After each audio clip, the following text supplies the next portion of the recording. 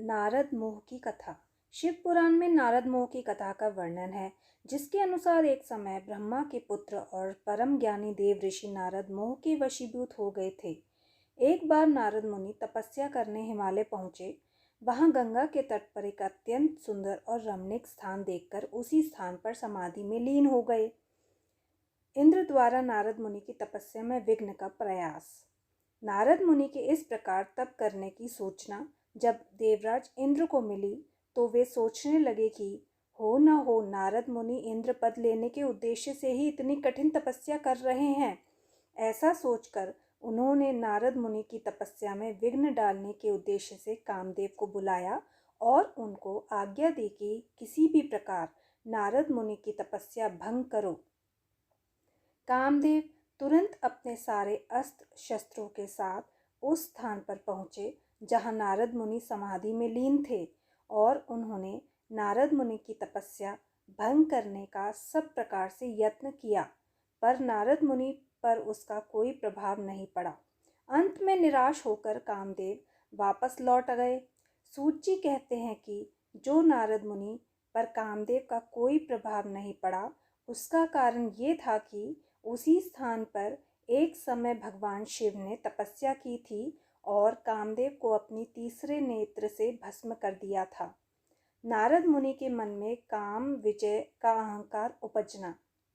कुछ समय बीतने पर जब नारद मुनि की साधना पूर्ण हुई, तब उनके मन में कामदेव पर विजय पाने का गर्व हो गया और वे इस वृत्तांत को भगवान शिव को सुनाने कैलाश पहुँचे और वृत्तांत भगवान शंकर को सुनाया। ये सुनकर भक्त वत्सल भगवान शिव, जो नारद के कामदेव पर विजय का कारण जानते थे, कहा, हे नारद, तुम मुझे अत्यंत प्रिय हो, इसलिए तुम्हें ये शिक्षा दे रहा हूँ कि इस घटना के विषय में किसी और के पास चर्चा मत करना और इसे गुप्त रखना। पर मन में अहंकार हो जाने के कारण नारद मुनि ने भगवान शिव के परामर्श को नहीं माना और ब्रह्मलोक पहुँचे। वहां पहुंचकर उन्होंने ब्रह्मा जी की स्तुति करके उनसे भी इस घटना की चर्चा की। नारद मुनि ने सोचा कि उनके द्वारा काम विजय का समाचार सुनकर पिता ब्रह्मा उनकी प्रशंसा करेंगे, पर ब्रह्मा जी ने भी भगवान शिव के समान ही नारद के इस विषय को गुप्त रखने को कहा। निराश होकर नारद मुनि विष्णु लोक पहुँचे। वहाँ नारद मुनि को आए देखकर अंतर्यामी भगवान विष्णु ने नारद मुनि का बहुत प्रकार से स्वागत किया और उन्हें उचित आसन देकर उनके आगमन का कारण पूछा। तब नारद मुनि ने भगवान विष्णु को अपने काम की विजय का सारा वृत्तांत कह सुनाया। नारद मुनि के अहंकार युक्त वचन सुनकर विष्णु भगवान ने नारद मुनि की बहुत प्रशंसा की। तब नारद मुनि भगवान विष्णु को प्रणाम करके गर्वित भाव से वहां से चल दिए। विष्णु भगवान द्वारा माया सृष्टि की रचना। भगवान विष्णु अपने भक्तों की हर प्रकार से रक्षा करते हैं। अहंकार पतन के द्वार खोल देता है, इसलिए अपने परम भक्त नारद के कल्याण के उद्देश्य से भगवान विष्णु ने एक माया रची।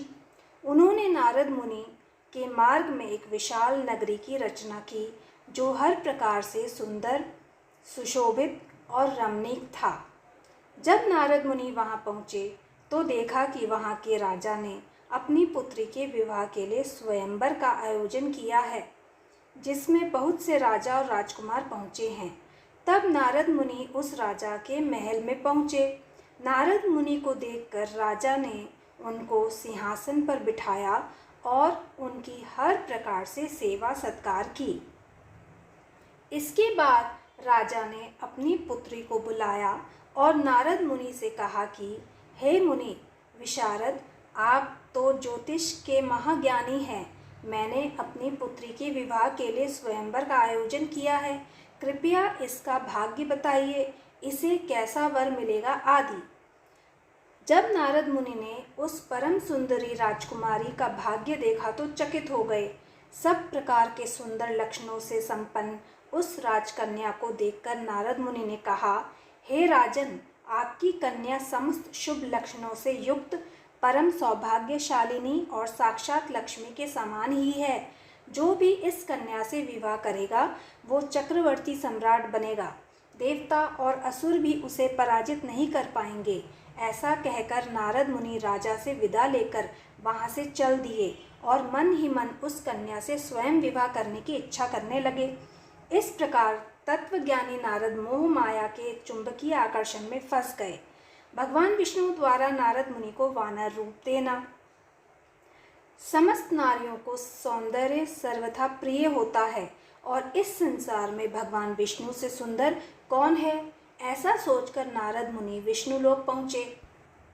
उनको आया देखकर भगवान विष्णु अपनी ही माया से मोहित नारद मुनि से उनके आने का कारण पूछा। तब नारद मुनि ने भगवान विष्णु से सारा वृत्तांत सुनाया और कहा, हे नाथ, मुझे आपने ही समान सुंदर रूप दें जिससे वह कन्या स्वयंवर में मेरा ही वरण करे। यह सुनकर भगवान मंद मंद मुस्काने लगे और कहा, हे मुनिराज, जिसमें भी तुम्हारा भला हो मैं वही काम करूँगा, तुम उस स्थान को जाओ। ऐसा कहकर भगवान विष्णु ने नारद मुनि के सब अंग प्रत्यंग अपने ही समान कर दिया, पर मुख वानर का दे दिया। स्वयंवर में नारद मुनि का अपमान और उनका रुष्ट होना। अपने अंगों को भगवान के समान हुआ देखकर नारद मुनि अत्यंत प्रसन्न हुए और स्वयंवर में पहुंचकर जहां राजा गण बैठे हुए थे वहीं जाकर एक आसन पर विराजमान हो गए और मन में सोचने लगे कि मैंने तो भगवान विष्णु के समान रूप धारण किया हुआ है, अतः वह राजकुमारी अवश्य ही मेरा वरण करेगी। पर नारद मुनि इस बात से अब अनभिज्ञ थे कि उनका मुंह कितना कुरूप है। वहां नारद मुनि की रक्षा के लिए विष्णु भगवान ने अपने 2 पार्षद भेजे थे, जो ब्राह्मण का रूप धारण कर नारद मुनि के पास बैठे हुए थे। वे दोनों पार्षद मुनि को उनके वास्तविक स्वरूप का भेद बताने के लिए आपस में बातचीत करते हुए नारद मुनि की हंसी उड़ाने लगे, पर काम विवल नारद मुनि ने उनकी बातों पर ध्यान नहीं दिया और राजकुमारी के आने की प्रतीक्षा करने लगे। थोड़ी देर बाद राजकुमारी स्त्रियों से घिरी हुई वरमाला लेकर उस मंडप में आई और अपने इच्छा अनुसार वर को ढूंढते हुए उस सभा में भ्रमण करने लगी। नारद मुनि के वानर रूपी मुख को देखकर वह राजकन्या कुपित हो गई और आगे बढ़ गई।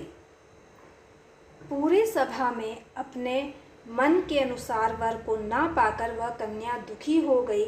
इतने में उस सभा में विष्णु भगवान प्रकट हुए।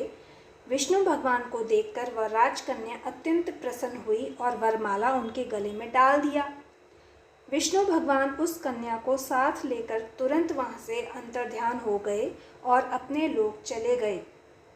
ये देखकर नारद मुनि के मन में बहुत क्षोभ हुआ। तब भगवान के भेजे हुए ब्राह्मण रूपधारी पार्षदों ने नारद मुनि को आईने में अपना मुंह देखने को कहा। अपना वास्तविक स्वरूप देखकर नारद मुनि ने क्रोध की सीमा न रही और उन्होंने उन दोनों पार्षदों को राक्षस हो जाने का श्राप दे दिया और स्वयं क्रोध की अग्नि में जलते हुए विष्णु लोक पहुँचे। वह कन्या वास्तव में स्वयं महालक्ष्मी ही थी, पर काम रूपी मेघ ने उनके ज्ञान रूपी सूर्य को ढक दिया था, जिसके कारण नारद मोह माया के इस भेद को समझ नहीं पाए और क्रोधवश भगवान विष्णु को दुर्वचन सुनाने लगे और श्राप देते हुए कहा, हे विष्णु, आपने मेरे साथ छल किया है, मुझे वानर का रूप दे दिया और स्वयं उस कन्या को वरण कर लिया। आपके कारण जिस प्रकार मैं स्त्री के लिए व्याकुल हुआ हूँ, उसी प्रकार आप भी मनुष्य रूप में धरती पर जन्म लेंगे और स्त्री वियोग का दुख प्राप्त करेंगे।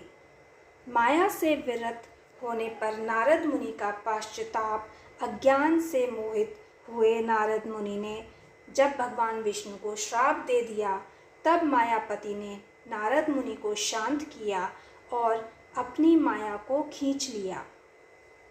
माया के हटते ही नारद मुनि को पहले के समान ही ज्ञान हो गया और उन्हें अपनी करनी पर अत्यंत पश्चाताप होने लगा और बार बार अपनी निंदा करते हुए भगवान के चरणों में गिर पड़े और कहने लगे, हे नारायण, कामवश मोहित होकर मैंने ये क्या कर दिया। मैंने आपको श्राप भी दे दिया। हे लक्ष्मीपति, मेरे वचनों को मिथ्या कर दीजिए। तब भगवान बोले, हे मुनि श्रेष्ठ, ये सब जो हुआ वह भगवान शिव की ही माया है, जो तुमने मद में आकर उनकी बात नहीं मानी, उसी के कारण ये सब हुआ। पर तुम्हारे श्राप में भी जगत का कल्याण छिपा हुआ है। तुम्हारे श्राप के कारण ही आज मेरे राम अवतार का बीजारोपण हो गया। नारद मुनि के श्राप के कारण ही भगवान विष्णु के दोनों पार्षद रावण कुंभकर्ण के रूप में पृथ्वी पर राक्षस रूप में जन्म लिया और स्वयं भगवान विष्णु ने राम अवतार लेकर उनको मुक्ति दिलाई। राम अवतार में भगवान विष्णु को नारद मुनि के श्राप के कारण स्त्री वियोग का दुख भी झेलना पड़ा। Please subscribe my channel.